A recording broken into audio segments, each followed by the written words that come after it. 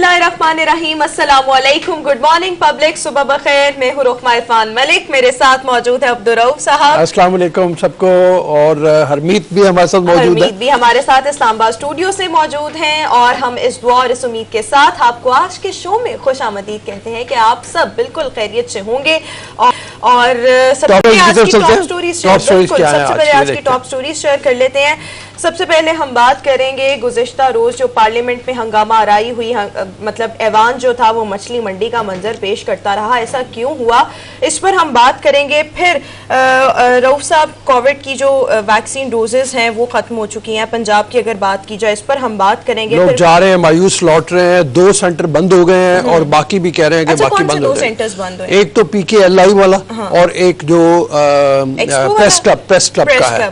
बाकी जगह भी शॉर्टेज है और लोगों को सेकंड डोज जिनको लगनी है उनको तो लग रही है, फर्स्ट डोज के लिए प्रॉब्लम हो रही है। अब तफसील से बात करेंगे इसके बारे में, बात करेंगे आगे चलकर। और इसके साथ साथ पेट्रोल की कीमतों में इजाफा जो है वो देखने में आ गया है और साथ ही साथ इससे ऑब्वियसली महंगाई का एक नया तूफान जो है वो खड़ा होगा, इस पर हम बात करेंगे। फिर अब्दुल करीम सोलंकी साहब के बारे में एक खुसूसी रिपोर्ट है, ये कौन है इनके बारे में आपको बताते चलें कि इनको सदारती अवार्ड मिला है, बेहतरीन मुजस्मा साज हैं और बड़े डिफरेंट किस्म के मुजस्मे हैं जो वो बनाते हैं, उसमें मोटर्स लगाते हैं और वो मूवेबल मुजस्मे होते हैं, मूव करते हैं। इस पर हम आपको चलकर खुसूसी रिपोर्ट दिखाएंगे। फिर हमारे पास सिंगर मासूमा अनवर हमारे साथ शो में मौजूद होंगी। फिर अमेज़ॉन में शमूलियत, पाकिस्तानी ताजरों को कौन सी सहूलियात जो हैं वो मुयस्सर आने वाली हैं और साथ ही साथ महफूज ऑनलाइन शॉपिंग के लिए आज हम मशवरे भी लेंगे। Online business expert Sarmad Sufiyan हमें शो में ज्वाइन करेंगे। फिर वादी नलतर के खूबसूरत मनाजर से लुत्फ अंदोज होने के लिए ऑब्वियसली नलतर एक्सप्रेस जो थी उसका पहला फेज मुकम्मल हो चुका है, दूसरे फेज पर काम जारी है। सो जो लोग यहाँ पर विजिट करना चाहते हैं उनके लिए ये खुशखबरी है। इस पर चलकर आपको खुसूसी रिपोर्ट दिखाएंगे और हमारे रिपोर्टर भी हमें इस बारे में मजीद अपडेट करेंगे। और फिर PSL के जो बकिया मैचेस हैं उस पर बात करेंगे। कल भी लीग के 2 मैचेस खेले गए, आज भी मैचेस हैं। सो इरफान ज़हीर हमारे स्पोर्ट्स एंकर, स्पोर्ट्स एनालिस्ट हमें शो में ज्वाइन करेंगे। सबसे पहले रऊफ साहब, कल जो पार्लियामेंट में हुआ बड़ी अनफॉर्चुनेट सिचुएशन थी। शहबाज शरीफ की तकरीर के दौरान जो हुकूमती अराकीन थे उन्होंने अच्छा खासा शोर शराबा किया, सीटियां बजाते रहे, एक दूसरे पर सीटियां तो बहुत छोटी सी चीज है, गालम गलोच करते गालम गलोच, इस कदर गलीज ज़बान इस्तेमाल की गई है कि जिसके बारे में जितना भी अफसोस किया जाए कम है। यानी 2 लफ्जों में अगर बयान किया जाए जोड़ के तो वो कहते हैं जूतम पेजार, कि एक दूसरे को जूते मारने की नौबत आ गई थी। मुक्केबाजी तो खैर खूब हुई है और वो बजट की किताबें उठा के एक दूसरे को मारते रहे हैं। ऐसी गालियां हैं जिनके ऊपर हमें भी कल ये मनाजिर आप भी देख रहे थे और मैं भी देख रहा था। मुझे कुछ ये बजट की बुक्स के बारे में बात करता जाऊं, अगर आपने भी तो देखी होंगी, पढ़ी भी होंगी, तो ये काफी भारी भी होती हैं। और अगर हम कल देखें कल के जो मनाजिर है तो इसमें मुझे अनफॉर्चुनेटली ये होता है कि हमारे जितने पार्लियामेंटेरियन है बुक्स तो ये पढ़ते नहीं है, लेकिन अब एक नई रिवायत जो है वो शुरू हो चुकी है एक दूसरे को मारने के लिए। और कल ऐसा लग रहा था कि ये गजा की पट्टी है, ये कोई जो है ऑनरेबल हाउस नहीं है, ये पार्लियामान का जो तकद्दुस पामाली की बातें करते हैं, जो भाषण देते हैं। यकीन माने बड़ा अफसोस हुआ। और ये शुरू में रुकमा ने बात की कि भाई ये मछली मंडी, तो वहां पे भी इस किस्म के हालात नहीं होते, वो तो दाम के हवाले से बातें होती, लेकिन ऐसे एक दूसरे को मारना, होटिंग करना। और आपको याद होगा 3 दिन पहले सोशल मीडिया पे एक PTI के एक रुकन है, उनकी तरफ से जिस तरह होटिंग की जा रही थी बिलावल भुट्टो साहब पे, यकीन माने बहुत अफसोस होता है कि ये 22 करोड़ के ये नुमाइंदे जिस किस्म के हरकत ये करते हैं, ये हमारे चुने हुए नुमाइंदे हैं। अगर ये इस किस्म की हरकत करेंगे तो फिर आम आदमी से आप क्या एक्सपेक्ट करते हैं। और दूसरी बात ये कि रऊफ साहब मैं थोड़ा सा शेयर करना चाहूंगा, पार्लियामेंट के एक मौजूद रुकन है, बड़े अच्छे दोस्त है मेरे, उनसे एक दफा मैंने कहा कि पाजी आप जब भी मैं आपको देखता हूँ आप लड़ाई पे उतर जाते हैं, आप गालम गलोच पे उतर आते हैं, क्या लगता है, क्या शौक है आपको लड़ने का? बड़ा शौक है तो बाहर लड़के दिखाए। तो कहता है पाजी करना पड़ता है, लीडर को खुश करना पड़ता है। तो ये सिचुएशन है, कोई ऐसी डिबेट नहीं होती, तामीरी डिबेट नहीं होती, या अवाम के हवाले से या मुल्क के हवाले से, बस गालम गलोच की, हमारे टैक्स से जो डेली इनकी TADA बनता है वो बना के ही चले जाते हैं। हरमीत आपको ये सुनाते हैं, ये बीप लग के जो एक आवाज़ है किस तरह से गाली गलोच हुई है, ये हम सुनवाते हैं, साथ में फिर हम आगे बात करते हैं। ज़रा सुनवाइए ना जी, दिखाइए किस तरह से चली है ये बीप जो है।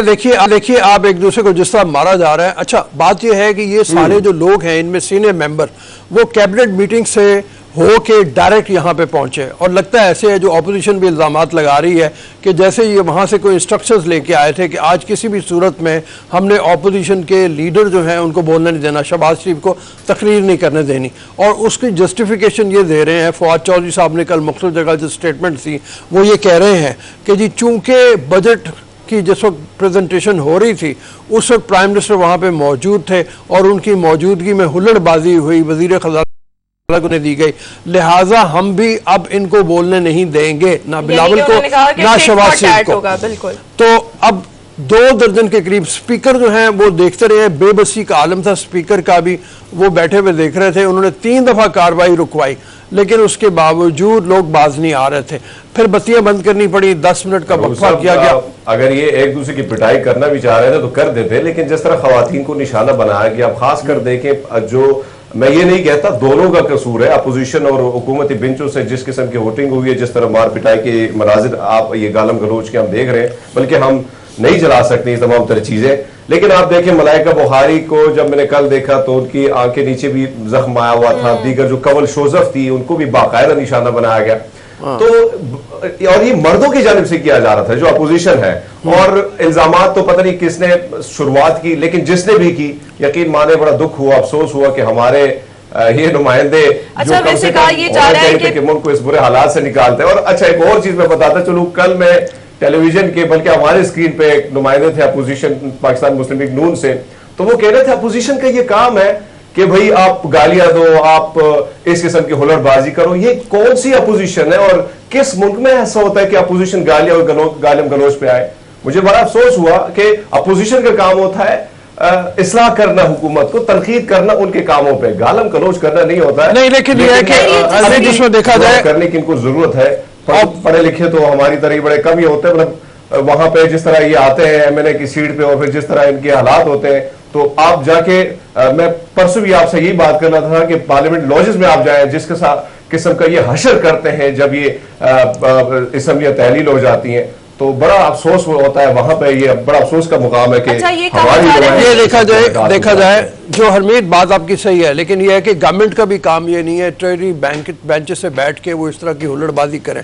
सीनियर मेंबर श्री मजारी को भी देखा गया, वो भी हुल्लड़बाजी कर रही थी। शफकत महमूद जो इतने सीनियर हैं वो भी डेस्क बजा रहे थे और मार रहे थे, कोई अपने जूनियर कारकुनों को रोकने को तैयार नहीं था। सबसे ज्यादा गाली गलोच जिसने वो अली अवान ने की है, जिनकी बीप हमने चला के दिखाई, जो किताबें मार रहे थे, वो प्राइम मिनिस्टर के एडवाइजर भी हैं। तो ऐसा लग रहा है जैसे हरमीती की बात सही है कि ये प्राइम मिनिस्टर को खुश करने के लिए, दिखाने के लिए कि हमसे बढ़ के कोई हुल्लड़बाजी नहीं कर रहा। शाह महमूद कुरैशी भी वहां मौजूद थे, उन्होंने भी किसी को रोकने की कोशिश नहीं की। मुझे लग रहा था ये जो तमाम लोग हैं हुकूमती जितने भी वुज़रा हैं, they are all the part of this game. मतलब उनकी, जैसे आपने पहले कहा कि इंस्ट्रक्शंस पर ऐसे हो रहा है और बड़ी अनफॉर्चुनेट सिचुएशन थी। खैर स्पीकर के कंट्रोल में कुछ भी नहीं था, लेकिन अब स्पीकर ने तहकीकात का हुक्म दिया है।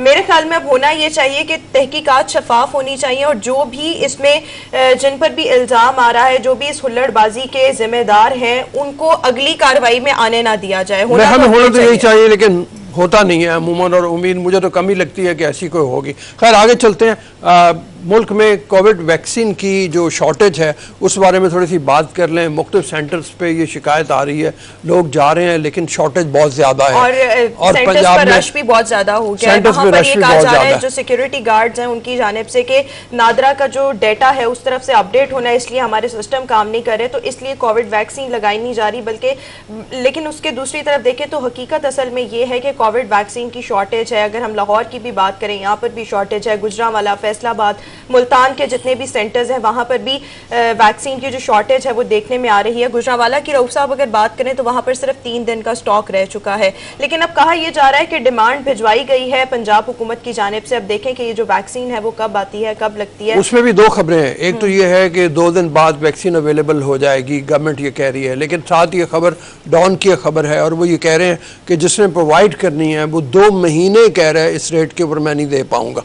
ये बड़ी अलार्मिंग सूरत हाल है। अगर वैक्सीन नहीं मिलेगी, लोग जिन्होंने ख़ास तौर पे पहली डोज लगाई हुई है, एक तो वो डोज उनकी सेकंड पता नहीं लग पाएगी नहीं लग पाएगी, दूसरी जो है वो फिर ये है कि लोग जो अगर उनको हमने मोटिवेट किया ही है कि अब आए सेंटर्स के ऊपर, वो शौक से आ रहे हैं तो फिर उनको वैक्सीन नहीं लगेगी। और जो गवर्नमेंट का टारगेट है, उस टारगेट को अचीव करने में वो ये कि इस महीने में इतने लाख को लगनी है, अगले महीने में इतने लाख को लगनी है, 7 करोड़ लोगों को लगनी है, 7 करोड़ लोगों को लगनी है, वो टारगेट कैसे अचीव होगा। और ये जो बड़ी मुश्किल से कुछ पाबंदियां लगा के कुछ वैक्सीनेशन करके जो परसेंटेज पॉजिटिविटी की है वो नीचे लाई गई है। इस वक्त रेट काफी कम है, रेशो देखा जाए तो समथिंग था गुज़िश्ता रोज की अगर बात करें, बहुत कम रेट था, बहुत कम रेट था, तो बहुत कम थी। वो ये है कि वो उसमें भी खराबी पैदा हो जाएगी। एक और जो मसला बहुत बड़ा है और वो ये है कि बाहर जाने वाले लोगों के लिए कि अक्सर मुल्क ये कह रहे हैं कि जनाब आप एस्ट्राजेनेका लगवाएं अगर आपने हमारे मुल्क में आना। अच्छा, इसकी रीजन क्या है? क्या वो ज्यादा बेहतर वैक्सीन है या इस तरह की? मैं भी कल पढ़ रही थी कि बैरून मुल्क सफर करने वालों के लिए ये मैंडेटरी है कि वो एस्ट्राजेनेका लगाएं। इसके साथ साथ अगर हम सऊदी मतलब वजारत हज की भी बात करें तो उन्होंने भी यही कहा है कि हज की इजाजत उन लोगों को है जिन्होंने वैक्सीन लगवाई हुई है और जिन्होंने एस्ट्राजेनेका लगवाई हुई है। मैं वही कह रहा हूँ ना, अब एस्ट्राजेनेका गवर्नमेंट ने लगाई नहीं, बहुत थोड़े लोगों के लिए। और इसमें भी एक कंफ्यूजन ये है जो इंशाल्लाह ताला अगले 1-2 रोज में हम इसके ऊपर बात करेंगे, गवर्नमेंट का कुछ स्पोक्स पर्सन हम लेने की कोशिश करेंगे कि जिन लोगों ने पहले चाइनीज लगवा ली है, अब अगर उन्होंने बाहर जाना है, अमेरिका जाना है, यूरोप जाना है हज के लिए या उम्रे के लिए, कल को कोई ऐसी इजाजत मिलती है अगर, तो क्या वो फिर दोबारा एस्ट्राजेनेका लगवाएं, डबल डोज करें, क्या करें? मतलब इस तरह की कंफ्यूजन में लोग हैं। बाहर यूरोप और अमेरिका जाने के लिए खास तौर पे ये है कि उन लोगों को एस्ट्राजेनेका लगवानी होगी। तो हरमीत ये देखो ना, ये अजीब कंफ्यूजन का माहौल पैदा किया हुआ। हज के लिए अगर लोग जाते हैं तो उनके लिए भी ये उनकी जानिब से बाकायदा ये शराइत रखी गई हैं, तो बड़ा ये लग रहा है कि जिस तरह आपने बात की है कि अब क्या करना होगा, आगे कौन सा स्टेप लेना होगा, क्योंकि अगर चाइना कि वैक्सीन एक्सेप्टेबल नहीं है तो आगे फिर क्या कदम उठाना हो, क्योंकि जो लोग लगा चुके हैं, जाहिर बात है रूस साहब बड़ी बड़ी अच्छी बात आपने की। हाँ, कंफ्यूजन बहुत ज्यादा है, अब लोगों को समझ नहीं आ रही। जिस तरह से रऊफ साहब ने भी ये बात कही है कि जिनको पहली डोज दूसरी किसी वैक्सीन की लग चुकी है वो अब क्या करें अगर उन्होंने सफर करना है, एस्ट्राजेनेका लगवानी है या कोई और लगवानी है। खैर, इस हवाले से अभी तक कंफ्यूजन बरकरार है और जिस तरह से आपने कहा हम आने वाले दिनों में इस पर कंप्लीट गुफ्तगू भी करेंगे। शो में आगे बढ़ेंगे और आपको एक और बुरी खबर है, पेट्रोल की कीमतों में मुश्किल खबर है आवाम के लिए कर दिया गया है। बिल्कुल, और जैसे ये सबको पता है कि जैसे ही पेट्रोल और इसकी मसनूआत की कीमतों में इजाफा होता है तो महंगाई का एक नया तूफान आता है। विफाकी बजट के 4 रोज बाद ही पेट्रोलियम की मसनूआत में इजाफा कर दिया गया है, तो ये भी कोई अच्छी बात तो नहीं है कि महंगाई का अब एक नया तूफान आएगा। बजट के बाद मजीद चीजें जो हैं वो महंगी होंगी, लोग इस हवाले से भी काफी उसमें तो बजट में लेवी जो है उसके बारे में कहा जा रहा है कि उसको बढ़ाया जाएगा, जो टैक्स है, तो उस बारे में 20 रुपए पर लीटर तक की बात हो रही है, जो वजीर खजाना ने मतलब जिस तरफ इंडिकेट किया है 20 से 25 तक, 20 से 25 तक अगर वो होता है तो आप ये देखो कि एक तो पेट्रोल की कीमत कितनी ज्यादा होगी, उसके नतीजे में फिर क्या होगा, बिजली महंगी होगी, उसके नतीजे में क्या होगा, बाकी कमोडिटीज महंगी होंगी, हर चीज महंगी होगी। अभी हमारे अजहर साहब कह रहे थे कि हमें IMF की तरफ से ये प्रेशर फेस करना पड़ा था कि जी बिजली की कीमतें जो हैं वो बढ़ाई जाएं, तो हमने नहीं बढ़ाई। लेकिन आप ये देखें कि अगर पेट्रोल महंगा हो गया तो बाकी चीजें महंगी होंगी, तो इसके साथ साथ बिजली भी महंगी होगी, यानी वो हुकूमत जो है वो अपनी बात पर भी कायम नहीं रह सकी। हम देख रहे हैं कि आने वाले दिनों में महंगाई का एक नया तूफान जो है वो आने वाला। अभी तो बहस चल रही है ना बजट के ऊपर, बहुत सी ऐसी चीजें हैं जो आहिस्ता जैसे ऑपोजिशन सामने लेके आती है, एनालिस्ट हैं सामने लेके आते हैं, क्योंकि हम लोग तो टैक्स माहिरीन नहीं है, हम लोग बजट माहिरीन नहीं है, हम नहीं जानते कि टैक्सेस किस किस तरह से इनडायरेक्टली बढ़ाए गए हैं। लेकिन हमें ये मालूम है जो मोटी मोटी चीज़ें हैं कि 20 से 25 रुपए अगर बजट में पेट्रोल की प्राइस के ऊपर लेवी लगती है तो उससे कितना बड़ा तूफान आएगा। अभी मैं खबर पढ़ा था अंदर ही कि जनाब फौरी तौर पे जो अगले आने वाले चंद दिनों के अंदर अंदर आटा 5 रुपए फी किलो महंगा हो जाएगा। 20 रुपए के थैले के ऊपर तकरीबन आप देखो कि 5 रुपए पर हो तो 20 रुपए के हिसाब से कितने 100 से ज्यादा बन जाता है। तो वो महंगाई का वो फिर एक सिलसिला है आम आदमी की, साथ ही आप देखना कि और कमोडिटीज भी महंगी होंगी। तो ये बड़ा मुश्किल सी बात है आम आवाम के लिए कि वो उनको ये सारा कोई बर्दाश्त करना पड़ेगा। और जितनी रिलीफ की बातें हो रही हैं वो रिलीफ नहीं है। हम थोड़ा सा सिंध के बारे में बात कर रहे हैं, रिलीफ सब हमेशा हम बजट की बड़े बेसब्री से हमारे मुल्क में इंतजार किया जाता है, लेकिन जैसे ही बजट आता है तो कमाल का तूफान वो भी महंगाई की सूरत में ले आता है। और जिस तरह आपने बात की कि 5 रुपए आटा, हम देख रहे हैं कि आटा मुसलसल जो है उसमें इजाफा हो रहा है। उसके साथ साथ चीनी की हालत आप देखें तो चीनी की प्राइस जो है वो भी आम आदमी, यानी आप देखें कि 1 किलो चीनी हमें मिलती थी, अगर नॉर्मल बात करें 50 रुपए की, आज वो 110 और वहां तक चली गई है।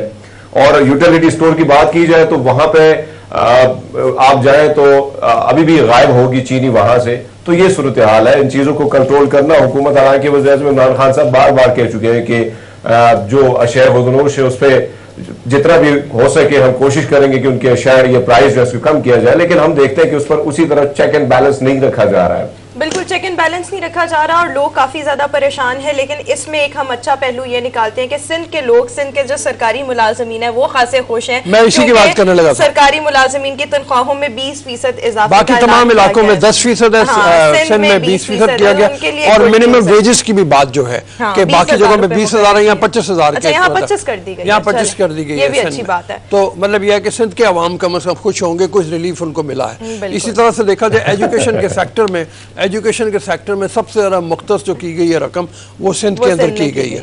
तो ये एक अच्छा कदम है। मेरे ख्याल में मेरे ख्याल में हुकूमत के जो अच्छे कदम होते हैं, किसी भी सूबाई हुकूमत ने जो अच्छा स्टेप, अच्छा इनिशिएटिव लिया होता है उसको जरूर अप्रिशिएट करना चाहिए। तो यहाँ पर सिंध गवर्नमेंट को अप्रिशिएट करने की बिल्कुल जरूरत है कि उन्होंने ये अच्छे इकदाम जो हैं वो उठाए हैं। खैर नाज़रीन, अभी हम एक ब्रेक की तरफ के बाद वापस आएंगे, कुछ मजीद मौज़ूआत पर आपके साथ गुफ्तगू करेंगे। Stay with us. Welcome back नाज़रीन, आप देख रहे हैं गुड मॉर्निंग पब्लिक और शो में एक बार फिर से आपको खुशामदीद कहेंगे। अभी हम आपको एक ऐसे शख्स से मिलवाएंगे जिनकी उम्र 78 साल है और वो पिछले 35 साल से रऊफ साहब स्कल्पचर्स बना रहे हैं, मुजस्मा साजी कर रहे हैं। और मुजस्मा साजी उनकी बहुत डिफरेंट है क्योंकि ये मूविंग मुजस्मे बना रहे हैं। डिफरेंट टॉयज़ के, डिफरेंट चीज़ों के जो मोटर अंदर लगी होती है वो ये निकालते हैं और मुजस्मों के अंदर फिट करते हैं। और इनके मुजस्मे बड़े ज़बरदस्त हैं। अभी हम शो में ये देख रहे थे ब्रेक के दौरान कि वो जो मुजस्मे हैं वो मूव कर रहे हैं, हम रिपोर्ट देख रहे थे तो वो बड़े ज़बरदस्त लग रहे थे। मेरे ख्याल में पहले चल के नाज़रीन को वो रिपोर्ट दिखा लेते। हाँ बिल्कुल, और साथ में ये भी कि आर्ट की खिदमत कितनी ज़्यादा इन्होंने की है, उसी खिदमत के वजह से इनको सदारती अवार्ड भी मिला। तमगा हुस्न कारकर्दगी वो जो दिया जाता है वो उसके ऊपर मिला हुआ है। वो चाहते ये हैं कि इनका फन किसी तरह से अगली नस्ल तक पहुंचे, अगली नस्ल तक। यहाँ पे इन तमाम मुजस्मों को उठा के गवर्नमेंट कहीं पे रख ले, कोई म्यूजियम में रख ले।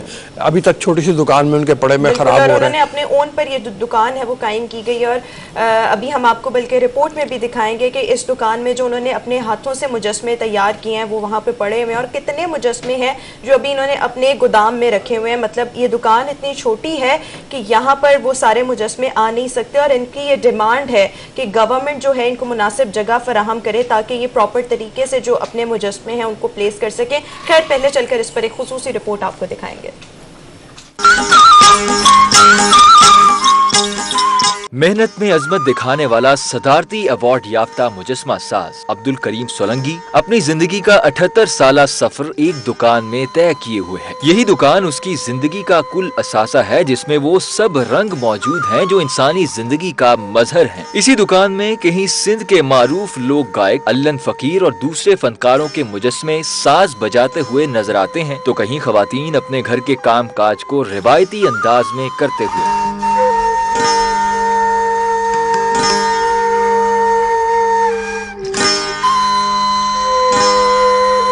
गुज़िश्ता 35 वर्षों में अब्दुल करीम सोलंकी ने कोई 2 दर्जन के करीब मुतहर्रिक मुजस्मे तख्लीक किए हैं। जगह की कमी और मुनासिब देखभाल न होने के सबब अक्सर मॉडल्स गोदामों में पड़े पड़े खराब हो रहे हैं। अब्दुल करीम सोलंकी अब उम्र के इस हिस्से में है कि वो अपनी फनी विरासत को अगली नस्लों के हवाले करना चाहता है। वो फिक्रमंद है कि कहीं उनके बाद उनका आर्ट भी खत्म न हो जाए। वो अपने मुतहर्रिक मुजस्मे किसी सरकारी या निजी अजायब घर को अतिया करने का इरादा रखते हैं। इस तरह वो अपने आर्ट को आने वाले वक्त के लिए महफूज करना चाहते हैं। अब्दुल करीम सोलंकी का ख्याल है कि ये मुजस्मे आवाम के लिए हैं और उन तक पहुंचने चाहिए।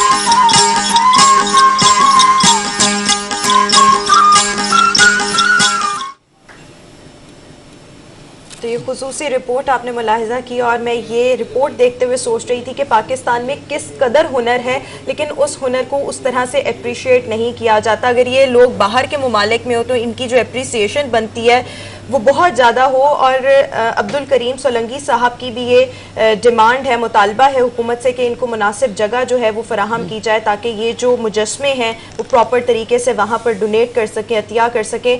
और ऑब्वियसली रिपोर्ट में हमने देखा बड़े खूबसूरत और बड़े अच्छे अंदाज में इन मुजस्मों को बनाया मुझे गया। सबसे बड़ी हैरत वो हुई वो जो उन्होंने बनाया जिसमें फ्लूट के ऊपर उंगलियां मूव कर रही हैं, वो इतनी बारीकी है उसके अंदर मिनिएचर की, तो वो मिनिएचर तक में उन्होंने काम किया हुआ है, वो ख़ास तौर पर देखने के काबिल है। और वो जो हम बात कर रहे हैं कि कहीं बाहर के मुल्कों में इस तरह के आर्टिस्ट हों, उनको ज़्यादा ऐसी ग्राउंड मिलती है, अप्रिशिएट किया जाता है, ऐसी ग्राउंड मिलती है, मुख्तलिफ जगहों पे उनको काम करने की सहूलत मिलती है।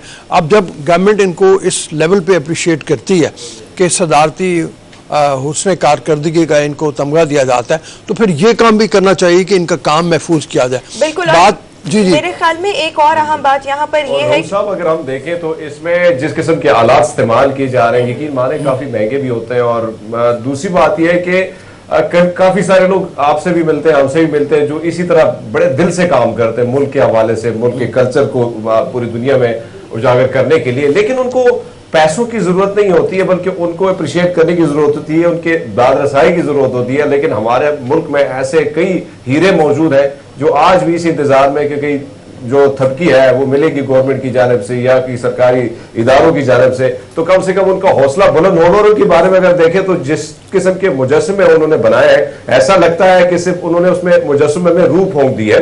तो कमाल का ये आर्ट है और इसकी जितनी भी तारीफ की जाए कम है। लेकिन हुकूमत को इन जैसे आर्टिस्ट को महफूज इसको करना होगा, इनको जाहिर बात है इनकी मदद करनी होगी। और जिस तरह ये आर्ट इनके जो मुजस्समे हैं उनको अवामी सतह पर, यानी जो जहाँ से हमारे बाहर से जो लोग आते हैं, सयाह आते हैं, उनके लिए ये तमाम इसी तरह चीज़ों को सजाना होगा, दिखाना होगा कि पाकिस्तान में किस किस्म का आर्ट है। लेकिन इन चीज़ जिस तरह रोमा ने कहा, तो हमारे मुल्क में बड़ा कम ही इन जैसे आर्टिस्ट की दादरसी की जाती है। बिल्कुल आप ठीक कह रहे हैं। और मेरे ख्याल में जितना ज़बरदस्त हुनर इनके पास है, इनको तो प्रॉपर आगे जो आने वाली नस्ल है और जो इस चीज़ में आने का शौक़ रखते हैं उनको ट्रेनिंग देनी चाहिए। यानी गवर्नमेंट को इनको ऐसा प्लेटफॉर्म प्रोवाइड करना चाहिए कि ये वहाँ पर लोगों को ट्रेनिंग दे, इस विरसे को महफूज होना चाहिए। और मैं तो देखकर हैरान हो रही थी कि इतने ज़बरदस्त मुजस्मे और किस तरह से इन्होंने, मतलब इसको वैसे ये भी मैं मतलब जो हमारे पास रिसर्च आई थी उसमें पढ़ रही थी कि इनसे पूछा गया इस काम को क्या कहा जाए, तो उन्होंने कहा इसको काइनेटिक आर्ट कहा जाए। यानी कि ऑब्वियसली ये मूव कर रहे हैं तो वो काइनेटिक एनर्जी यही होती है जो मूविंग एनर्जी होती है। तो बड़ी ज़बरदस्त काम है। और हम भी गवर्नमेंट से मतलब अपने पब्लिक न्यूज़ के प्लेटफॉर्म से यही डिमांड करना चाहेंगे कि इनको इनकी ख्वाहिश के मुताबिक जो है मुनासिब जगह फराहम की जाए ताकि ये अपने जो मुजस्मे हैं वहाँ पर महफूज कर सकें। और साथ ही साथ अगर कोई इनसे ट्रेनिंग हासिल करना चाहता है, ये काम जो है वो सीखना चाहता है, तो वो ये मतलब ये जो सोलंगी साहब हैं ये ट्रेनिंग भी प्रोवाइड कर सकें। असल में बात ये है कि हमें ये देखना चाहिए कि इस तरह के आर्ट को महफूज करना क्यों ज़रूरी है। आप ये देखो कि सिंध के अंदर तो फिर भी मैं देखता हूँ, सिंध हो गया, बलूचिस्तान हो गया, खैबर पख्तूनख्वा हो गया, वहाँ किसी लेवल के ऊपर अपने आर्ट को महफूज करने का तरीक़ेकार किया गया। पंजाब इस मामले में बिल्कुल पीछे रह गया, पंजाब इस तरह से पीछे रह गया। और उसके आप वजह से देखो कि हमारी तहजीब मिटती चली जा रही है, पंजाबी ज़बान ख़त्म हो रही है, पंजाबी कल्चर ख़त्म हो रहा है। यहाँ पर भी अगर इसको महफूज ना किया गया, जिस तरह से इन्वेजन है फॉरेन कल्चर की, फॉरेन जो आर्ट है उसकी, तो उस इन्वेजन की लपेट में आके ये भी ख़त्म हो जाएगा। तो इसलिए जैसे रोमा की बात है, बिल्कुल मेरे दिल में भी यही बात आ रही थी कि नई नस्ल को सिखाने के लिए ज़रूरी है कि इस तरह के आदमी को एक इंस्टीट्यूशन की शक्ल दी जाए, इंस्टीट्यूशन बना के उससे लोग सीखें और उसको काम को आगे बढ़ाएं। मैं सोच रही थी इन्होंने खुद ये काम कहाँ से सीखा होगा। ये बड़ा हुनर का काम है और कोई भी हर कोई नहीं कर सकता। ये आपको इन चीज़ों का शौक हो तभी आप सीख सकते हैं। तो इनका मेंटोर कौन होगा? बल्कि मैं चाहूंगी कि किसी दिन हम शो में इनको भी इन्वाइट करें, किसी तरीके से इन तक हमारा राब्ता हो। बल्कि अगर ये खुद हमारा अगर प्रोग्राम देख रहे हो तो हमसे खुद राब्ता कर लें। और हम लोगों के लिए ये बड़े प्राउड मोमेंट होगा अगर हम इनको अपने शो में बुलाएं और इनसे पूछें कि इन्होंने ये जो काम है, हुनर है, ये कहाँ से सीखा है। खैर कराची ही की बात हो रही है तो कराची की बारिश के जो इम्कानात हैं 16 से 19 जून तक एक कहा जा रहा है कि एक सिलसिला बारिशों का होगा, जहाँ एक तरफ तो अच्छी खबर हो सकती है कि बारिशें होंगी तो मौसम में तब्दीली आएगी, मौसम खुशगवार होगा। वहाँ पिछले बरस के तजर्बात को देखते हुए लोगों के दिल दहल जाते हैं कि इस बरस भी अगर बारिशों में वही सूरत हाल हुई जो पिछले बरस हुई थी। नालों की सफाई अभी तक मुकम्मल नहीं हो पाई, अगरचे सुप्रीम कोर्ट ने ऑर्डर दिया है और वो जो स्टे लोगों ने लिया हुआ था, लोग रुकावट बने हुए थे कि हर सूरत में नालों के ऊपर तजावुज़ात ख़त्म की जाएँ। और कल बड़ा झगड़ा हुआ, कुछ नालों के ऊपर जो सफाई हो रही थी, दुकानदार डंडे लेके आ गए, पुलिस की और उनकी आपस में लड़ाई हुई, डंडेबाजी हुई, आंसू गैस चली। तो हर सूरत में वो कह रहे हैं नालों की सफाई होनी चाहिए। नालों की सफाई हो, निकासी का इंतज़ाम हो, तो बारिशों के इस सिलसिले को आदमी कहा जा सकता है कि एक खुशबख्ती की अलामत होगी। लेकिन जिस तरह से हमें पहले से ही पता है कि हर साल जब भी यहाँ पर जो तगड़े किस्म का स्पेल आता है कराची में, उसके बाद जो सीवरेज का निज़ाम है वो मतलब बिल्कुल भी प्रॉपर नहीं होता और जो सड़कें होती हैं वो ज़ेरे आब आ जाती हैं। लास्ट ईयर की अगर हम वीडियोस वगैरह को रिकॉल करें तो किस तरह से सड़कों पर पानी था और लोगों की बाइक्स और गाड़ियाँ, लोगों की सड़कों में तो दूर की बात है, घर डूबे हुए थे, बहुत से इलाके ऐसे हैं कि कितने वाकयात हुए थे। तो अभी से महकमा मौसमियात की ये जो प्रेडिक्शन है, अगर हम देखें तो अगर मैं यहाँ की बात करूँ, नाला लई की बात करूँ, रावलपिंडी के मुख्तलिफ नालों की बात की जाए तो हमेशा हमारे कराची की आपने बात की तो हमेशा इनको इंतजार होता है कि जून जुलाई की बारिश आएंगी, उसके बाद जब मीडिया पे चीजें हाईलाइट होंगी तब ये हरकत में आएंगे। उससे पहले लेकिन मीडिया पर हाईलाइट करने के बावजूद भी कोई प्रैक्टिकली जाके देख लें, अभी कैमरा जो कल मैं एक रिपोर्ट देख रहा था, जो वहां के नाला लई और इनके हालात हैं, दावे बड़े किए जाते हैं, लेकिन करना यह है कि जब तक जून जुलाई का महीना आता है तो कम से कम इनको पहले इन तमाम बिल्कुल इंतजामात जो है वो पहले से ही होने चाहिए। हम अपने आपको याद होगा कि से भी ये बात करें। खैर नाज़रीन, अभी हम शामिल करेंगे एक ब्रेक के बाद दोबारा हाजिर होंगे। Good morning public. ब्रेक के बाद एक बार फिर से शो में आपको खुशामदीद कहेंगे। अभी जो मेहमान हमें शो में ज्वाइन कर रही हैं, she is a doctor, she is a singer, और दोनों काम ये साथ साथ कैसे कर रही हैं। रऊफ साहब, हमने देखा है कि पिछले कुछ दिनों से, कुछ अरसे से, कुछ महीनों से अगर हम बात करें तो डॉक्टर्स बहुत गाते हुए हमें टीवी स्क्रीन्स पर और सोशल मीडिया पर नजर आ रहे हैं। इसकी क्या वजह है? खैर, अपने मेहमान का तारुफ आपसे करवाती चलूँ। डॉक्टर मासूमा अनवर हमें शो में ज्वाइन करिए। Masooma, thank you so much, welcome to the show. कैसे मुमकिन हुआ कि डॉक्टर बनते बनते आप सिंगिंग की तरफ आ गई? यानी ये शौक कैसे हुआ? बेसिकली आप कह सकते हैं कि 4 साल की उम्र से ही my mother saw this talent in me, and बहुत ही एजुकेशनल फैमिली है, बहुत डॉक्टर्स, इंजीनियर्स हैं और टीचर्स हैं फैमिली में, कोई भी सिंगिंग से कोई मुंसलिक नहीं है। तो my mother actually had a beautiful voice, और जब उनको इतना आप कह सकते हैं उस जमाने में रिजेक्शन नहीं था, और इस जमाने में आप कह सकते हैं कि लोग जाने भी नहीं देते इस फील्ड की तरफ। तो मुझे फिर उन्होंने जब मेरे अंदर टैलेंट देखा तो she groomed me really well, और उन्होंने कहा कि मेरी आवाज़ थोड़ी बेसफुल एंड हस्की है, उन्होंने फिर उसी तरीके से मुझे सारी की सारी ट्रेनिंग की है, जो भी मैं हूँ आज उनकी वजह से। आपके ये चौथा एल्बम है जो रिलीज होने जा रहा है मेरे ख्याल में, शायद 3 एल्बम पहले आप रिलीज कर चुकी हैं, और कोक स्टूडियो में भी आप गा चुकी हैं। बिल्कुल उजाला था कोक स्टूडियो का आपका। मेरा गाना था जावेद बशीर साहब के साथ, झलिया बिल्कुल झलिया।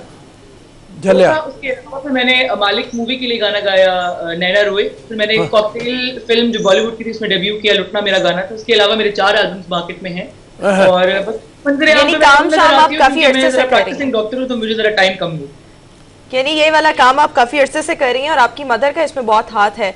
मतलब उन्होंने खुद भी कोई प्रोफेशनल मतलब सीखा, प्रोफेशनली किसी से सीखा, तो उन्होंने ये चीजें आप में आके ट्रांसफर की, या उन्होंने भी ऐसे ही घर में गाते गाते बस सीख लिया, देखते और गाते?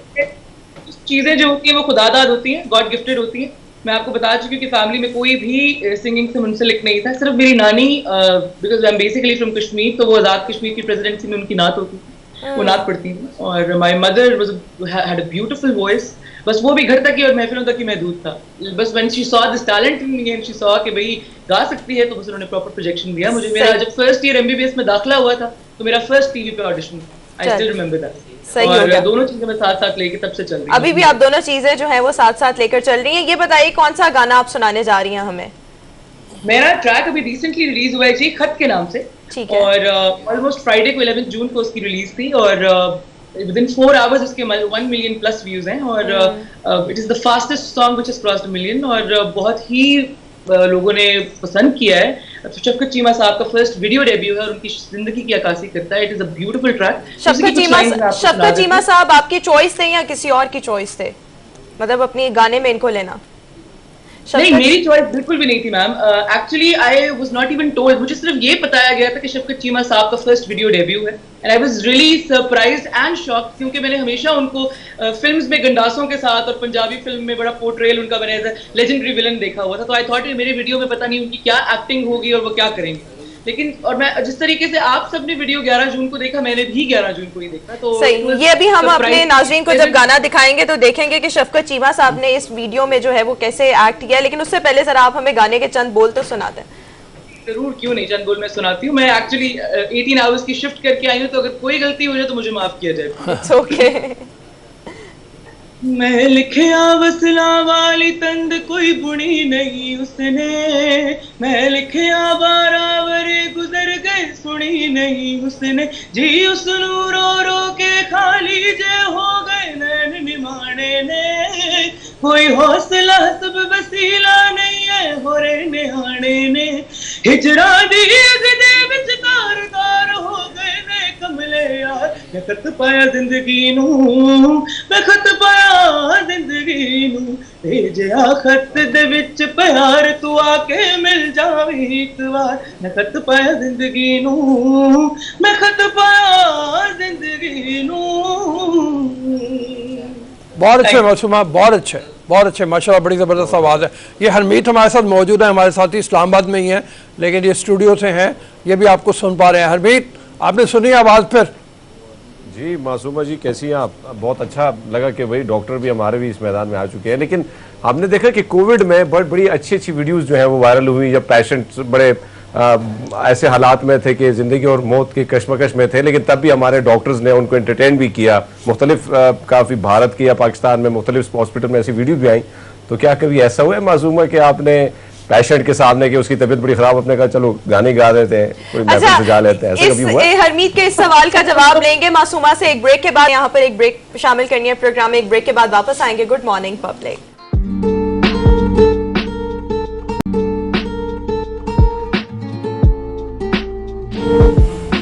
ब्रेक के बाद एक बार फिर से शो में आपको खुशामदीद कहेंगे नाज़रीन। जैसा कि आप सब जानते हैं कि पूरी दुनिया का जो सबसे बड़ा ऑनलाइन शॉपिंग का प्लेटफॉर्म है अमेज़ॉन, इसने पाकिस्तान को अपनी सेलर लिस्ट में शामिल कर लिया है। अब एंटरप्रेन्योर्स जो हैं वो अपनी प्रोडक्ट्स इंटरनेशनल डिजिटल मार्केट में बआसानी जो है वो फ़रोख्त कर सकें, इसके लिए बहुत सी तजावीज़, बहुत सी सहूलियात ज़ेरे गौर हैं हुकूमत की जानिब से, स्टेट बैंक की जानिब से।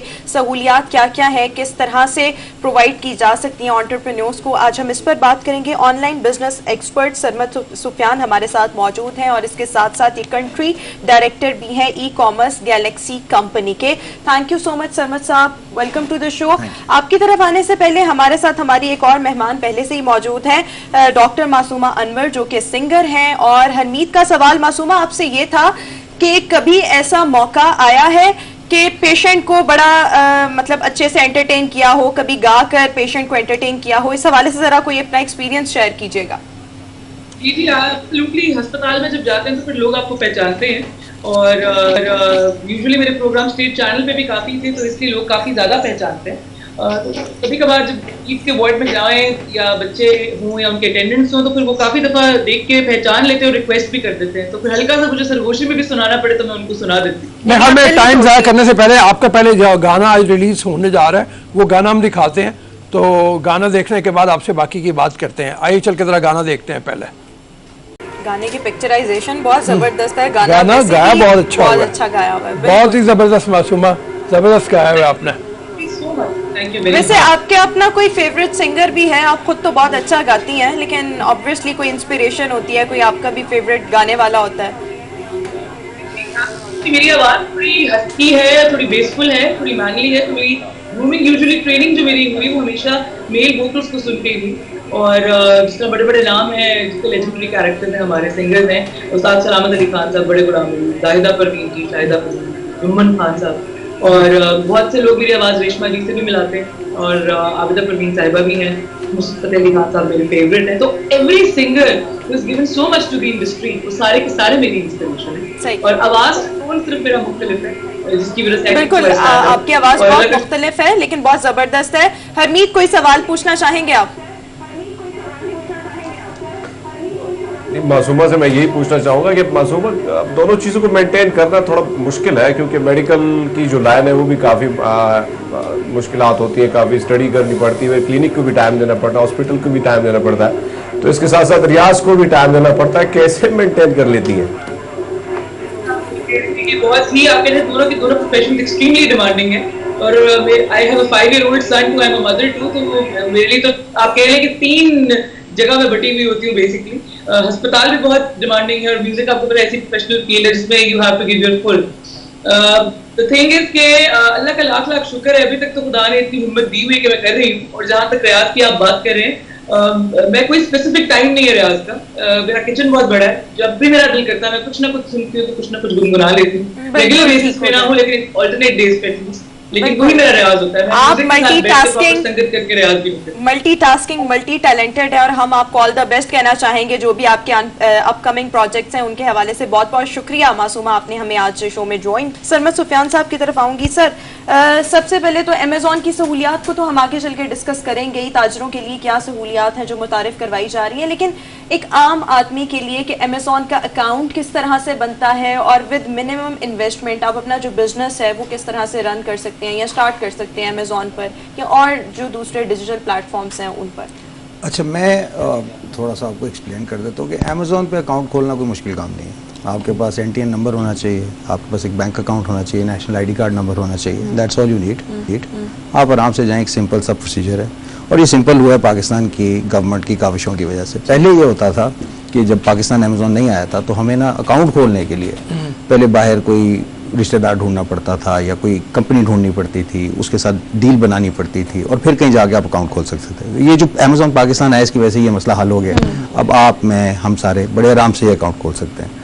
अच्छा जी, अकाउंट, लेकिन मसला ये है कि अकाउंट आपने खोलना क्यों है, ये एक कन्फ्यूजन है मार्केट में। There are 2 types of businesses that you can do on Amazon. सबसे पहला बिजनेस है ट्रेडिंग का, जो स्ट्रेट फॉरवर्ड है कि आपने कोई माल बनाया, माल उठाया और माल बेचा किसी को। दूसरा बिजनेस है जी वर्चुअल असिस्टेंस का। ये बेसिकली प्राइमरी रीजन है कि अमेज़ॉन आज पाकिस्तान आया। ठीक है। पाकिस्तान में फ्रीलांसर्स की एक बहुत बड़ी मार्केट है, और ये जो मार्केट है ये है, हम चौथे नंबर पे आते हैं जी, fastest growing market globally freelancers की। अच्छा, ये कब से हुआ है कि पाकिस्तान चौथे नंबर पर आ रहा है? पिछले 1-2 साल से, पिछले 1-2 साल से, ना सिर्फ पाकिस्तान से बल्कि पाकिस्तान के बाहर भी बैठे पाकिस्तानी जो हैं वो फ्रीलांसिंग कर रहे हैं, और अमेज़ॉन पे ठीक ठाक बिजनेस कर रहे हैं। फ्रीलांसिंग क्या है जी कि आप बेसिकली, अमेज़ॉन एक इलेक्ट्रॉनिक मार्केट प्लेस है, तो ये आर्टिफिशियल इंटेलिजेंस पे चलता है। आर्टिफिशियल इंटेलिजेंस बेस्ड टूल्स जो होते हैं, इनको इस्तेमाल करने के लिए आपको सीखना पड़ता है। जैसे हम बचपन में काफ़ी सारे डिसिप्लिन हम सब ने स्कूलों में पढ़े हैं, और उसके बाद फिर वोकेशनल ट्रेनिंग ली। जब बिजनेसेस में हम आए, मीडिया से, राव साहब हैं, मेरा पुराना इनके साथ ताल्लुक है, तो हमें मीडिया में सिखाया गया कि इस तरह काम किया जाता है। तो इसी तरह इसके ना काफ़ी टेक्निकल टूल्स हैं, जिस तरह आपके सॉफ्टवेयर चलते हैं, इन सॉफ्टवेयर को समझना पड़ता है। सो एक बिजनेसमैन ने तो कहना है जी पैसे मेरे ले लो, मेरी फैक्ट्री चला लो, इसको मेंटेन किसने करना है? तो ये सर्विसेज जो सी है ना, ये हमारे बच्चे बच्चियाँ जो से हैं इंटरनेशनली, ऑनलाइन और एज वेल एज लोकली ये सर्विसेज देते हैं।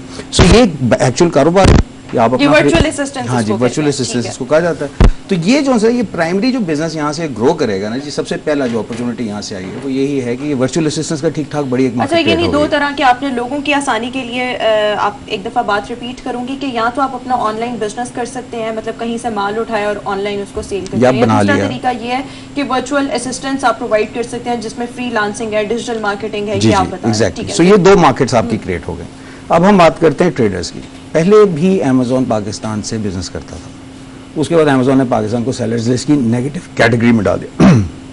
नेगेटिव कैटेगरी में इसलिए डाला कि हमारे माशाल्लाह पाकिस्तानी भाई जो उनसे हैं वो करते हैं 2 नंबर सामान भेज रहे हैं, गलत सामान भेज रहे हैं, वापस नहीं ले रहे। हाँ। तो इसकी वजह से दे सेड कि यार this is not on. So now that they come back, अब ये है कि गवर्नमेंट के ऊपर बहुत ज़्यादा इसका एक प्रेशर है कि मेंटेन करें, कि क्वालिटी स्टैंडर्ड मेंटेन किया जाए, और इसी तरह हमारे बाकी पाकिस्तानियों के भी ऊपर हुब्बल वतनी डिमांड्स के हम पाकिस्तानी होने की हैसियत से इस चीज़ को प्रॉपर्ली लेके चलें ताकि ये दोबारा बंद ना हो जाए। सो ये हो गई एक चीज़।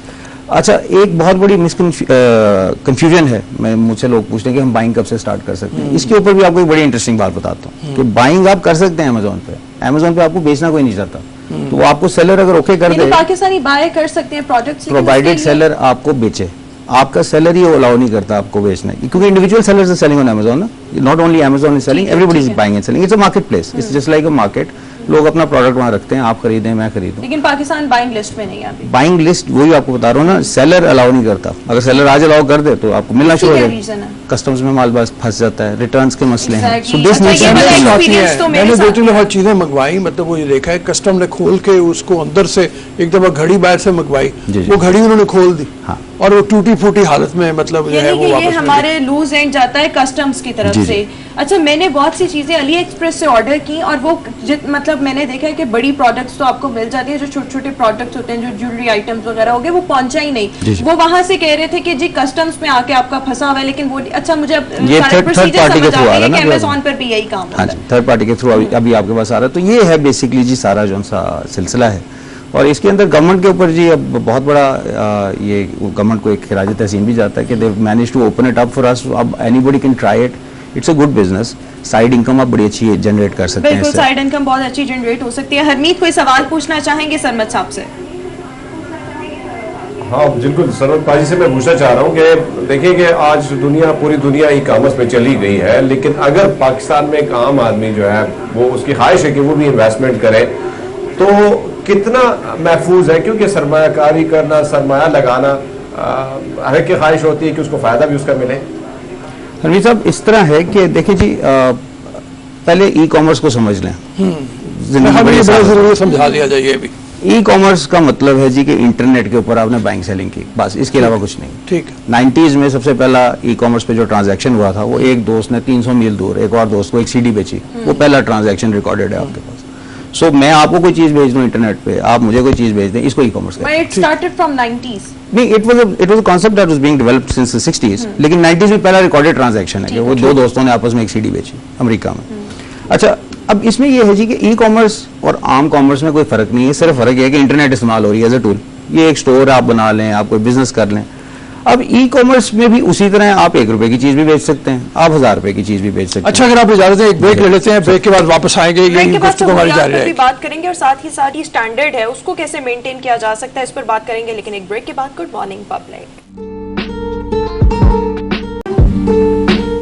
ब्रेक के बाद एक बार फिर से शो में आपको खुशामदीद कहेंगे। हमारे साथ online business expert Sarmad Sufiyan साहब आज शो में मौजूद हैं। और ब्रेक पर जाने से पहले हमारे साथी एंकर हरमीत ने आपने सवाल किया था कि ऑब्वियसली जब आप किसी भी बिजनेस में इन्वेस्ट करते हो तो उसके फेलियर के भी चांसेस होते हैं, उसके कामयाब होने के भी चांसेस होते हैं। तो अमेजोन पर ये रिस्क जो है, या मतलब ये कितना रिस्क है अमेजोन पर बिजनेस करने के? मैं वही आपको बता रहा था कि ई कॉमर्स मैंने आपको एक्सप्लेन कर दिया कि it's just like normal business over the internet.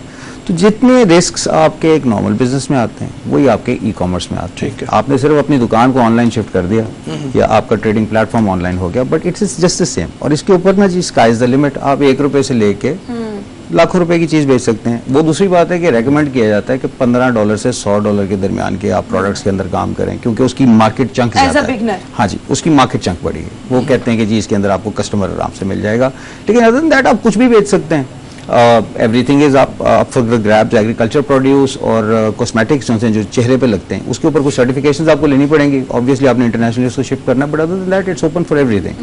तो इसके अंदर रिस्क ऑब्वियसली जी, आप कोई भी काम स्टार्ट करते हैं तो एक रिस्क उसके अंदर है, और मेहनत भी एक सर्टेन किस्म की है। एज ए फ्रीलांसर जो लोग काम कर रहे हैं जी, एवरेज 3 घंटे अगर कोई प्रॉपरली एक फ्रीलांसर काम करता है, जैसे कंटेंट राइटिंग है, सोर्सिंग है, ये डिफरेंट किस्म की कैटेगरीज है जिसमें काम करते हैं, तो बच्चे बच्चियां हैं जी जो $1000 भी महीने का कमा रहे हैं। सो ये बागे तो जी ये इसी तरह के किसी फील्ड में भी आते हैं। क्वालिटी स्टैंडर्ड्स जो हैं वो किस तरह से मेंटेन किए जा सकते हैं एक पाकिस्तानी होने की हैसियत से? जिस तरह से आपने कहा कि पहले भी पाकिस्तान सेलर लिस्ट में अमेजोन की था, लेकिन क्वालिटी स्टैंडर्ड अच्छे ना होने की वजह से इसको हटा लिया गया था और नेगेटिव लिस्ट में चला गया था। तो अब क्वालिटी स्टैंडर्ड्स जो हैं उनको किस तरह से मेंटेन किया? इसके ऊपर जी देखें, गवर्नमेंट रेगुलेशंस की ज़रूरत है, not just for Amazon but overall e commerce को बहुत सारी प्रोटेक्शंस देने की ज़रूरत है। अभी भी आज भी अगर आप देखें, Pakistan is not e commerce सेवी।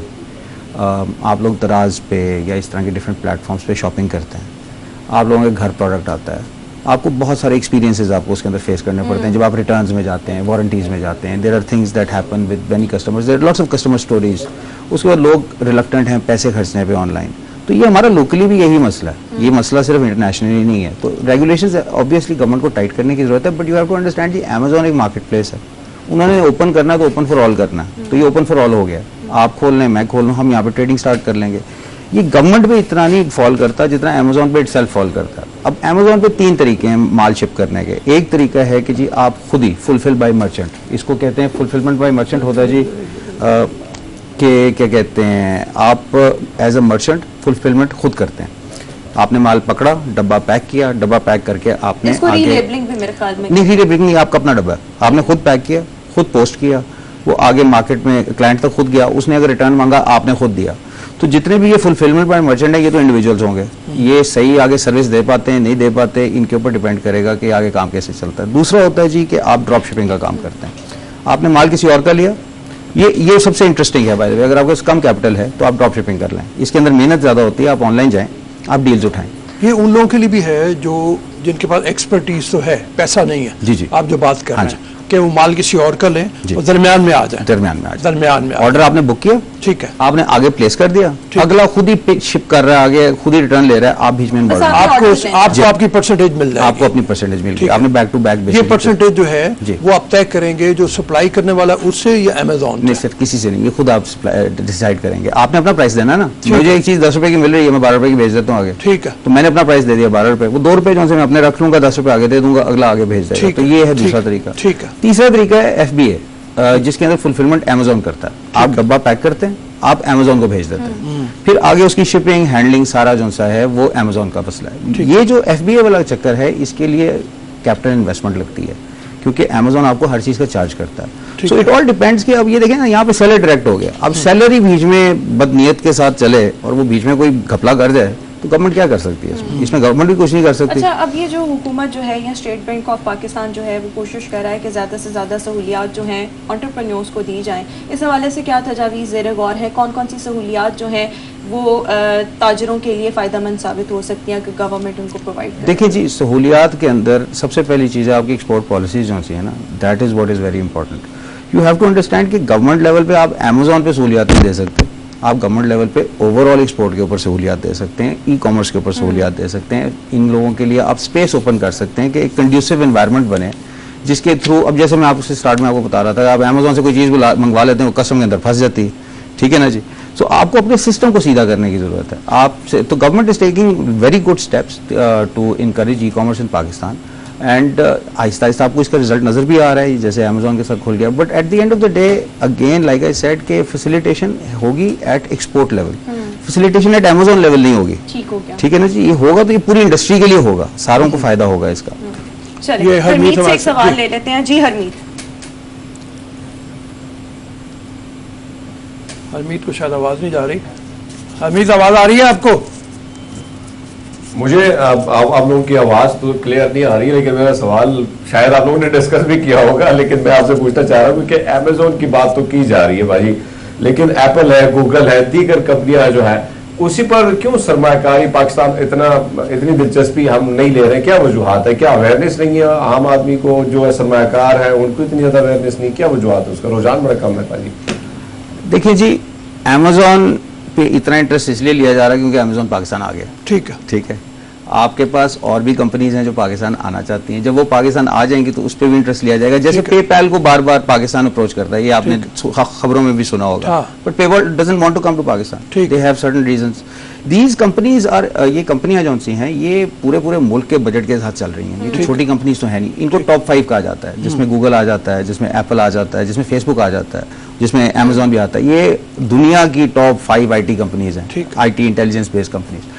सो इन कंपनीज को लाना itself is a big achievement. देखें आप, अगर इस कंपनी के ऊपर अब इतना बड़ा मार्केट प्लेस है, पूरी दुनिया का सबसे बड़ा मार्केट प्लेस है, तो इसके ऊपर आप देखें कितना कस्टमर होगा आपके पास। रसाई है ना, कस्टमर की रसाई आपको मिलनी चाहिए।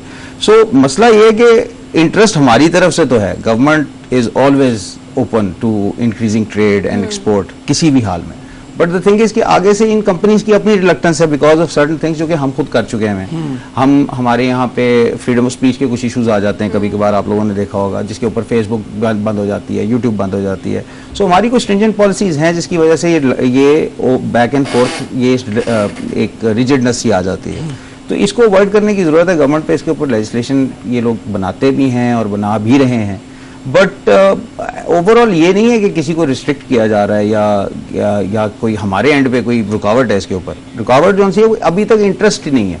अब जैसे इंडिया के अंदर अमेजोन बेचता भी है, ठीक है जी, क्योंकि मार्केट बड़ी है, ई कॉमर्स सेवी है, उनको इसके अंदर शेयर नज़र आ रहा है। हमारी मार्केट अभी थोड़ी सी इमेच्योर है इस मामले में। हालांकि दुनिया की मतलब बहुत बड़ी मार्केट है, आप देखो ना आबादी के लिहाज से चौथा पांचवा मुल्क है, इतनी बड़ी मार्केट है, तो इंटरेस्ट तो आगे कल को डेवलप हो सकता है, मतलब इस तरह का। इट इज़ हमारी पॉपुलेशन जी, पॉपुलेशन की वजह से it is a very big target market for practically every major multinational, but the thing is वही हर चीज़ की एक टाइम होता है। मैं आपको एक छोटा सा एग्जांपल देता हूँ। मेरे दोस्त थे नईम हक साहब, नेक्स्ट लिंक्स एक ISP होता था लाहौर का, बड़ा मशहूर, आज से कोई 20-25 साल पहले की बात है। उन्होंने बोली.com स्टार्ट किया। जी जी, बोली.com was a eBay replica for Pakistan, और उसके अंदर बाइंग एंड सेलिंग थी, आप बोली लगाते थे, आप वो नहीं चला। उसके तकरीबन 15 साल बाद दराज आया, ठीक है ना जी। अब 15 साल का एक लैग है जिसके अंदर ई-कॉमर्स पाकिस्तान में ना होने के बराबर थी। लेकिन अगर आप उस वक्त उस जमाने में अमेरिका चले जाते तो अमेरिका में लोग सब्जी तक अपनी जो सी है वो ऑनलाइन खरीदते थे। So there is a very यहाँ पर पाकिस्तान में लोग रिलक्टेंट भी हैं, जिस तरह से आपने बता दिया कि हम ऑनलाइन ऑर्डर करेंगे तो पता नहीं क्या आ जाएगा, लोगों के एक्सपीरियंसेस ठीक नहीं रहते, फिर कस्टम्स में चीज़ें फंसी रहती हैं, तो खैर मुख्तलिफ मामलात हैं। लेकिन देखना ये है कि अब अमेज़ॉन पर अपनी चीज़ें बेचने के लिए पाकिस्तानियों को हुकूमत की जानिब से क्या सर्वें, क्या सहूलियात जो हैं वो प्रोवाइड की जाती हैं, ये आने वाला वक्त ही बताएगा। बहुत बहुत शुक्रिया सरमद, आपने हमें शो में ज्वाइन किया। नाज़रीन, अभी हम शो में एक ब्रेक शामिल करेंगे, एक ब्रेक के बाद वापस आएंगे तो PSL के बकिया मैचेस पर गुफ्तगू करेंगे। इरफान ज़हीर हमारे साथ मौजूद होंगे।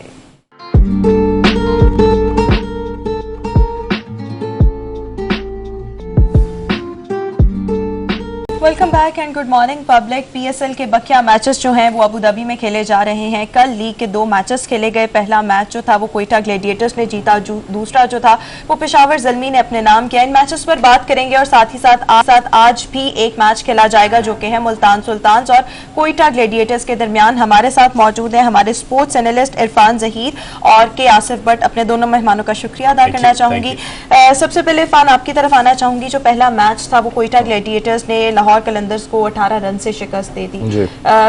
लाहौर कलंदर्स इस हमने सीजन में देखा काफी अच्छा परफॉर्म कर रहा है थ्रू आउट, लेकिन कल का मैच जीत गया, तो उनकी शिकस्त की आपको क्या वजह नजर आती है? मैं एक बात ऐड कर दूं, मतलब यहाँ पे कल शुएब अख्तर से एक प्रोग्राम में पूछा गया, वही इसी शिकस्त के हवाले से और मैच के हवाले से उनसे पूछा गया कि क्या प्रेडिक्ट करेंगे। उन्होंने कहा मेरी सारी प्रेडिक्शन गलत हो रही हैं। तो कल की भी प्रेडिक्शन जो थी वो बेसिकली लाहौर कलंदर ही के जीतने की थी और उनको ये मैच जीतना चाहिए था। टारगेट बहुत मुश्किल नहीं था। लाहौर कलंदर की प्रेडिक्शन अकॉर्डिंगली जिस तरह थे वो बड़ा अच्छा खेल रहे थे और लास्ट मैच भी जीती हुई मैच वो बिल्कुल लाहौर के अंदर वाले हारे।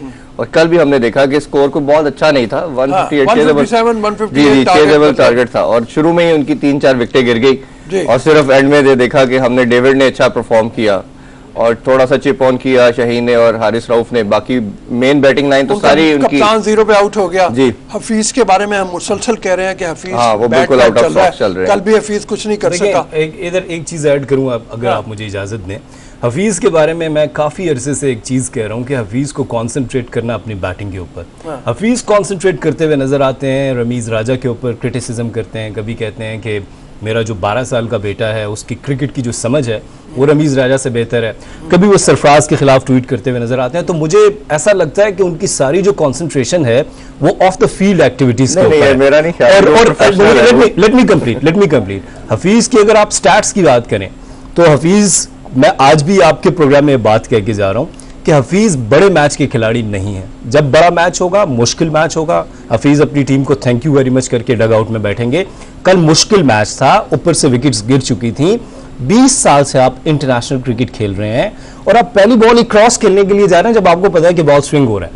बॉल केम इन, अगर आपने देखा हो लेफ्ट आर्म बॉल कर रहा है, केम इन और उसको क्रॉस खेला और अपनी टीम को मजीद मुश्किलात में डालकर हफीज साहब, प्रोफेसर साहब, थैंक यू। ये देखें, हफीज को आपको आड़े हाथों लेना होगा, ऐसे नहीं हो सकता। आप उस पर तनकीद बिल्कुल कर सकते हैं कि अभी परफॉर्म नहीं कर रहे, बट ये नहीं कह सकते बड़े मैच का प्लेयर नहीं है। पिछले साल के हाईएस्ट रन गेटर, ऐसे नहीं कोई प्लेयर। हम बड़े मैच की बात कर रहे हैं, हम कह रहा हूं पिछले साल पूरा हाईएस्ट स्कोरर थे। इरफान, हर मैच बड़ा मैच नहीं होता। आई रिस्पेक्ट योर व्यूज, आप बिल्कुल ठीक कह रहे हैं, आप बिल्कुल अच्छी बात है कि आप उनको सपोर्ट भी करें, लेकिन मैं ये बात यहाँ पे आज दोबारा आपके प्रोग्राम में कह रहा हूँ, ऑन रिकॉर्ड कह रहा हूँ, हफीज बड़े मैच के खिलाड़ी नहीं है, आपको बड़ा मैच नहीं जितवा सकते। ये हमारी टीम में कौन सा ऐसा प्लेयर है जो बड़ा मैच कर रहा है? ये दूसरी डिबेट। अच्छा, उसमें ये हुआ कि कल का दिन शनिवारी का दिन था, वो हम पहले बात कर चुके हैं कि शनिवारी जिस दिन उसका दिन होता है उस दिन वो बहुत ही कमाल करने बिल्कुल ऐसे ही है। आपसे पूछना चाहूंगा दोनों से। जी जी जी जी हरमीत। पाजी हम इफ्तिखार को बड़ा टारगेट करते थे और हमारे जितने भी स्पोर्ट्स जर्नलिस्ट या जितने भी हम देखते थे और हम कहते थे कि पाजी को सहारा आशीर्वाद जो है मिसबाउलक ने दिया है, लेकिन बड़ा अच्छा कमाल का वो खेल रहे हैं। क्या कहेंगे पाजी, बड़ी अच्छी परफॉर्मेंस वो दे रहे हैं। देखिए ये सारे लड़के जो है डोमेस्टिक की हद तक तो बड़ा अच्छा परफॉर्म करते आए, जैसे इंटरनेशनल सर्किट में आते हैं, चाहे इफ्तिखार हो गया, खुशदिल शाह हो गया, आसिफ अली हो गया, सैन तलत हो गया, इन सारों ने डोमेस्टिक में बहुत परफॉर्मेंसेज हैं इनकी। जैसे इंटरनेशनल सर्किट में आते हैं तो उनकी परफॉर्मेंस जीरो हो जाती है।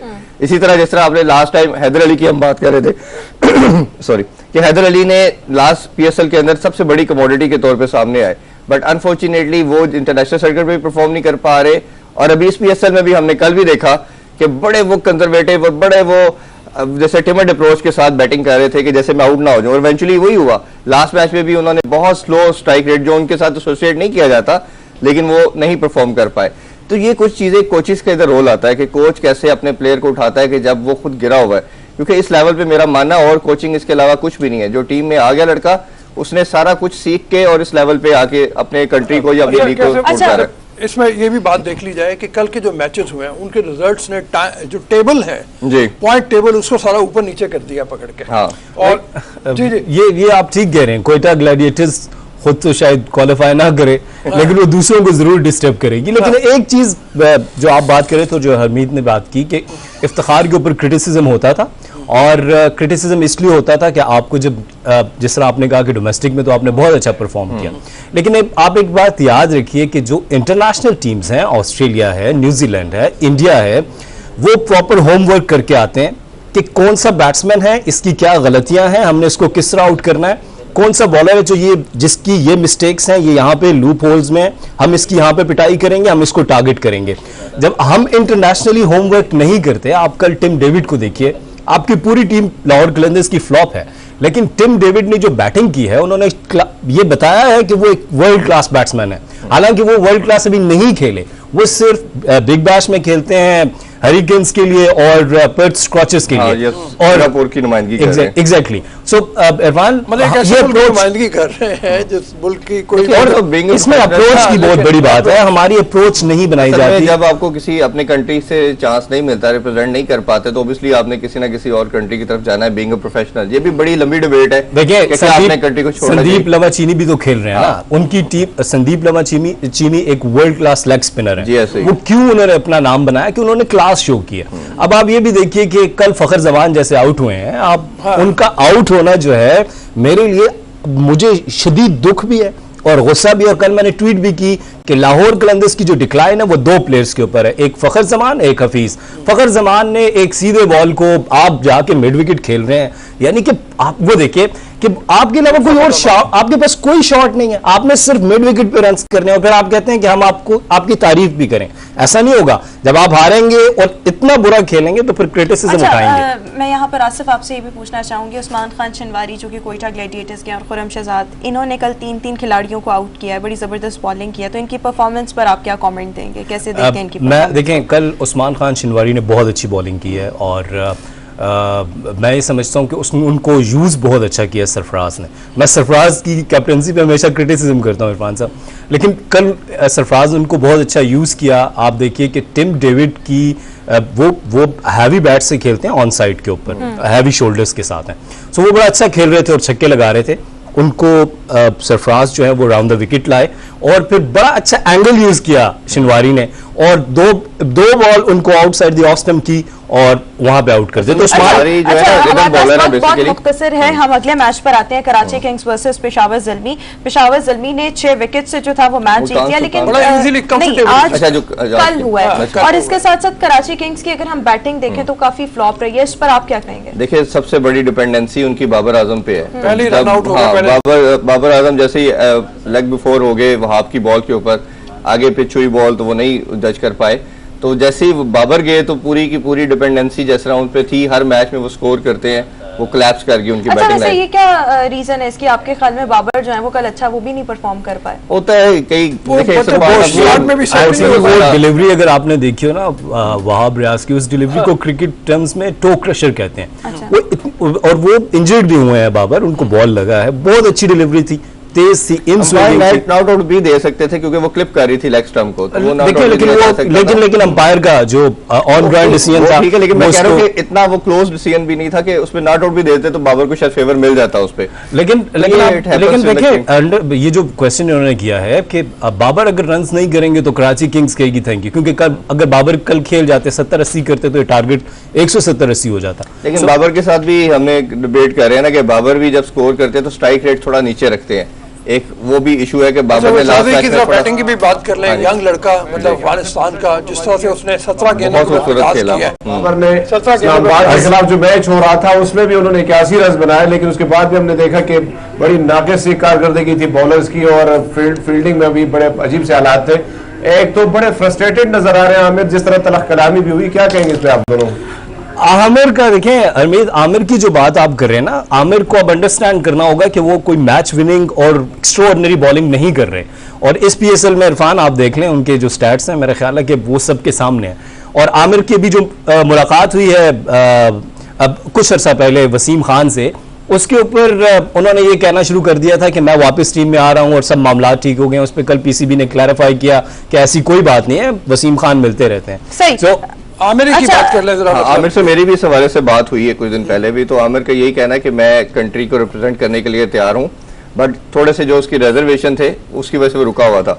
और बोर्ड का भी मानना ये है क्योंकि बायोस्फीयर बबल के अंदर है ये प्लेयर, जैसे ये पाकिस्तान आएंगे तो ओबियसली मिसबा भी अवेलेबल होंगे तो इनकी सिटिंग रखी जाएगी। अब हमारे पास वक्त बिल्कुल मुख्तसर है, शॉर्ट सा आपका मुल्तान सुल्तान वर्सेस कोइटा ग्लैडिएटर्स, कौन जीतने जा रहा है? मुल्तान सुल्तान का जो कॉम्बिनेशन अभी नजर आ रहा है वो बहुत बेहतर नजर आ रहा है, और ये एक ऐसी टीम है जो मोमेंटम गेन करती चली जा रही है। ठीक है, आपकी क्या प्रेडिक्शन है? अब मुल्तान सुल्तान को ज्यादा मार्क्स दूंगा। आप दोनों ही मुल्तान सुल्तान को ज्यादा मार्क्स देंगे। खैर अब आज पता लगेगा कि कौन मैच जीतता है कौन हारता है। खैर इसी के साथ ही नाज़रीन हम शो अपने इख्तिताम को पहुंचा। इंशाल्लाह आपसे मुलाकात होगी कल।